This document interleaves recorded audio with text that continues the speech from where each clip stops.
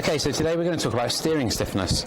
This is a really interesting topic because increasing stiffness typically results in increased mass, unless you're really clever about it, and reducing stiffness typically can be a really nice way of taking mass out of a vehicle. However, you end up with a vehicle which may not handle in a desirable way. So how stiff should the steering system be? When you look at your steering system as a whole, it's comprised of the steering wheel, the steering column.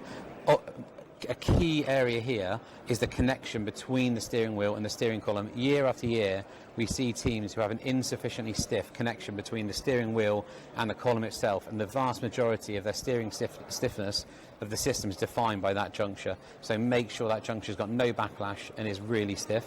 Then you've got your steering column, and then any rods or links thereafter all add to that spring in series system of your steering system and the overall stiffness. So you need to make sure that you've got sufficient stiffness such that the driver, when you're using the vehicle, will be able to feel the feedback from the car to allow them to make really fine changes in position and handling of the car, and ultimately to get the best lap time. So you need to make sure that there's no point having a super stiff carbon all singing all dancing steering column if your links thereafter are much less stiff. So you have to make sure that all your links within the system are equally as stiff as one another, and that one section isn't significantly less stiff than the other.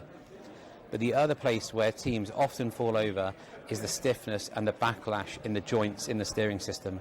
So it's very common now for Formula Student teams to have double UJs in their steering system, and they've carried their UJs over for 2, 3, 4 years, and they've just built up backlash. And all of that backlash effectively reduces the stiffness, increases slop, and reduces the stiffness of the steering system. And all that serves to do is reduce driver confidence in the vehicle and suffer and sacrifice lap time.